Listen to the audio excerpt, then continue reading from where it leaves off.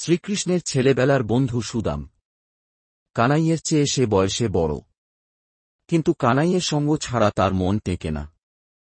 তাই কৃষ্ণ বলরাম যখন সন্দীপন ঋষির গুরুকুলে পড়তে গেল, সেও চলল সঙ্গে। একদিনের ঘটনা। গুরুপত্নী যজ্ঞের কাঠ আনতে ছেলেদের আশ্রম থেকে খানিকটা দূরের বনে পাঠালেন।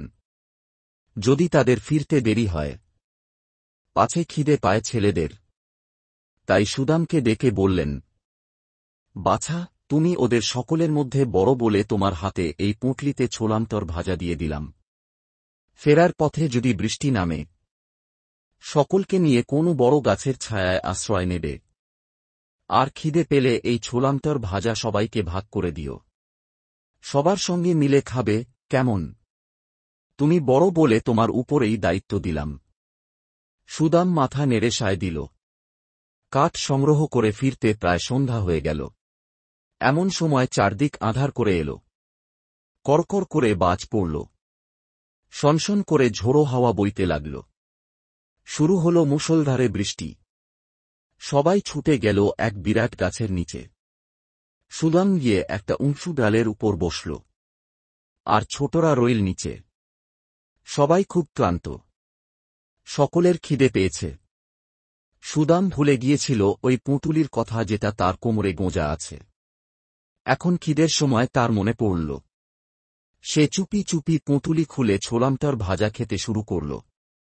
কুটুর কুটুর শব্দ শুনে বুদ্ধিমান কানাই বুঝল, সুদাম সখা একলা একলা গুরুমায়ের দেওয়া খাবার খেয়ে ফেলছে। সে বলল, সখা সুদাম, গুরুমা যে আমাদের জন্য খাবার দিয়েছিলেন, সেটা বের করো না ভাই, বড় খিদে পেয়েছে। সুদাম বলল, সেই পুঁটুলি আমার কোমর থেকে কখন খুলে পড়ে গেছে, আমি টের পাইনি। কৃষ্ণ ছাড়ার পাত্র নয়। সে বলল, তবে যে কুটুর কুটুর শব্দ শুনছি।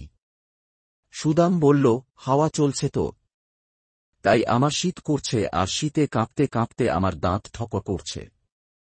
এইভাবে মিথ্যে কথা বলে সুদাম একলাই সব ছোলামতর ভাজা খেয়ে শেষ করল। কৃষ্ণ সব বুঝল, কিন্তু সখাকে আর কিছু বলল না। কিন্তু সখার স্বার্থপরতা দেখে মনে কষ্ট পেল।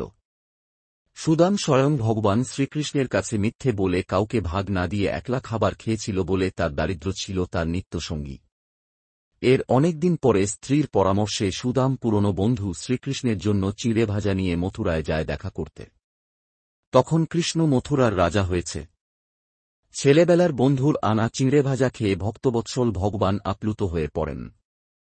তাঁর আশীর্বাদে সুদামের সাংসারিক অভাব ঘুচে যায়।